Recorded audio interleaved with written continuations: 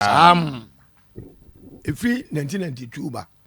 Saa de we na akoswa na obi anya na dwene say ye be pen pomasi be covid wo mu say se me akwesi ade be president agana fo muntie driving a profession e ho hyehyɛ wo ho eti driving schools ye be mo ma ye vibrant na obi biara a okondo so be sua car kan wo be kɔ driving school enya metina bedi na school na wo kɔ ye no onu mom na edi wanim akɔ DVL akɔ license amount as part of say wa pass wa wie na wo ba out it is school na wo ye no onu na edi wanim na akɔ DVL na akɔ test no so wo ha instructor na o kyerɛ wade o classroom no gyina obi eti awie bibia no mugitum sa ampa wo ye driver na ye do license amount license ye de ma wa Germany ne ma points e bia 12 points unya accident ya approach for be measure na ye kana udi for a ni slash bia half na about 6 o points ni na sa won kwa na nyina won ka ka abiem I see won kwa ka abiem o Germany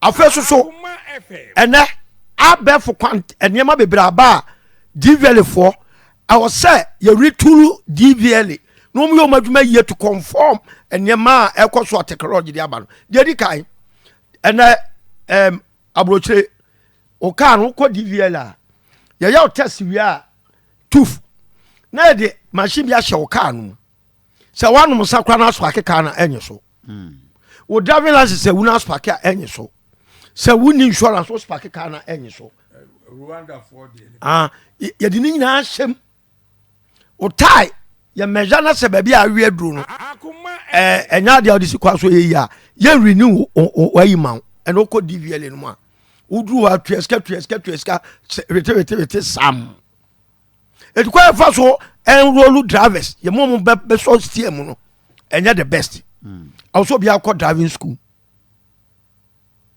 everybody up soka car also called driving school o de anoto nche a Kofi feeder roads any urban roads any highways e kwa bebre o ma constructor a very poor gorgeous back type of construction o da so le Kofi wa wo drive kra kwan a asphalt no Germany so mu say asphalt kra o ma guo no ba bia mi ma kom kakra bia no ma ba betwa no ma level no and asphalt ni wi ade achi ya o kwa na easy eti the construction of the roads no a part of the problem after na you can't towing say you better mass towing me I was for it na me kwa bae omo di nya akoma zoom lion aduma ni nya NDC for the zoom lion and NPP before say yambre ma zoom lion ya me kai pa me kwa me ya press conference say ade na ye na beboa na the idea ni say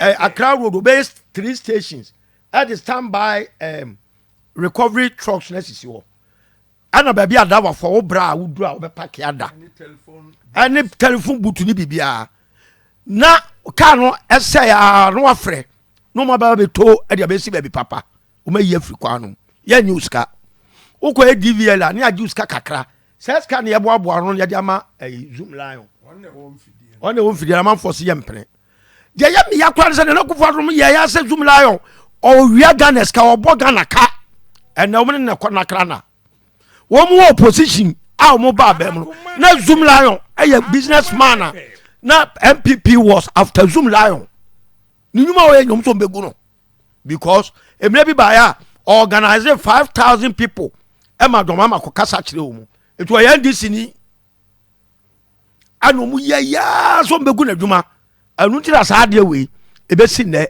yetimi nyeye no Covid job wo mu so ya NDC ni ye be gu na dwuma ma ne nya kwan ele Covid job aban we se ye Covid job aka ho NPP aban ka onya aban ewo Ashanti region when it comes to road construction ahon ya aye NPP for pedinfo bi te se eyade NPP pedinfo ene NDC pedinfo mko aban mo ahon ya wo mu ba no mdo bi ho asema hye di trim akwa we de be gu na dwuma ye be sa no na ka zoom la ya dwuma ya do yama na ba dwuma bebre or 45 companies a conglomerate but why Ghana ni why adwuma no so onye ni ya na eh se zumla ya de wo ho a ekaka se akenne ekonya akwanhia ya cars asai disable cars na mass accident ya be no eka bi akwase free ho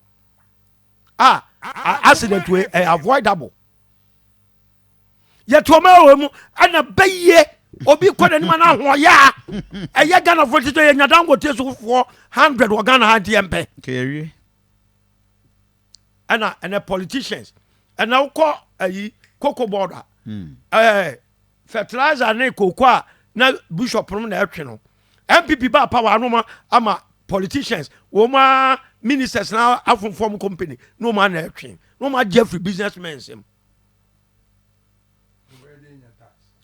construction bi na beba no ma na mu Kofi many abre pa na oni hwe ya ma politics the way ya ntia sienti no o ma ne kwa na ekonachi oni obri abo he kasa no was say how do we mobilize resources now wo petrol onyankopon dia cha o man ni nyina panimu aya yi say kodi anim na koye negotiation wo kwa asga na nya 10% abofo na mo free kroma no o mo fa 90% nko na wo fa akire na wo kwa aboche na no makoje wo share gold nye benya na mine sa na say mo de Ghana ya resources nyina che me catch Kofi Asante ne say nya good leader Ghana resources nko ano ya nwene tax ho if we are to manage our mineral resources very well na bro ni de one the party say okra wanya 2% o me of I catch champion of blessed memory e bro ba na Ashanti gold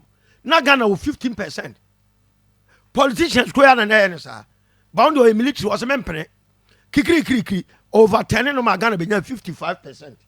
And what they check down Suma estate, Bokroma estate, Chapatra estate, Atonsu estate, Ghana estate, and the airport in your market, a champion. Nina Wanyabosia. And then I just say resources 8 million or my Bonia NPP near this informer. I know Mubu Mino Omoba Pesamin Kumina, Renipa Wu. Now, baby, I independence bedroom. Yeah, dualize Kumasi Accra, Afrawo Kumasi, Afrawo Accra, Cape Coast Yamaransa, Yaveni Aba, Kumasi Tamale, Kumasi, friends say, Cape Coast, Kumasi, friends say, Sunyane, Kumasi Koforubia to Ho, Mamika Simincho, and Mammy Real Huame Dawana Mission, say Kumasi to say Germany on. I go to Tafona or Quakra, Drum take you. Oh, okay. O Mampon Road. Na akoyiwa ma asromaso. Na yiwa to Eastern region. Now ko. It will go Kumasa, your Kwama 24. I didn't know Quakra. It was Santasa and Alpha Quakra. What you walk Roma and Alpha Quakra. What is Swami? I never feature your friend Otoban 1, Otoban 2, Otoban 3 in a Quakra. My omei basa bad leadership ana krono wo obri wa be ka kire say Ghana ye resources and akufo do ko Dubai Expo ya trade fair or the $3.3 million na call. Oh please I don't have that fast on woni am na me ka kire but I'll confirm me o say mo say o ko han jet it jet no wajai wo di nipa 70 and the backroom. I know 65. Oh, please. Kofi Asante. Sika where you free or man foot to more the coin is 3.3 million. A project ne high. So that's what someone say. Someone mammy high jet. I'm a book chess. I don't know, yes, sir. Why? Tell my own friend with this one. And I'm some fan Yaduma. Now for the cow elba. It will camera never for him in Kotriaka. Not $1. Why? Kofi, Mamma Cassamba control. When you go upon one more abroad different. I don't boy before different. Yeah, quid, yes, I man, your boy, Miss Bobat me. Many abroad 5 years, well over 40 years. My bro for more Germany. Only a problem, we try to take it to my bow. Add them view, but Tuga. I'm a view, no more for the year, my boy company. Tiesa, and before any answer. But when you wicked people, edu anymore. No more marketing than Jimmy for. That is what is happening here. Yemubi, ye kasa saa ni etiye because so we German system. Now we krom hanu a, no busa ho say ene enipa wa ma Nigeria fo agya mokra. We Ghana ni consultant no. One Kufo na ya adwuma. President Kufo, ex-president Kufo akwala. Nigeria fo be fa na ko. Am watimi we consultant. Watimi an hihya ma Nigeria fo adua local rice. Am a whole Nigeria omun kra mo wan bag kra. Ala ni edi ho abrosa. Yemfa manu kra ma nya na yakofa akoto.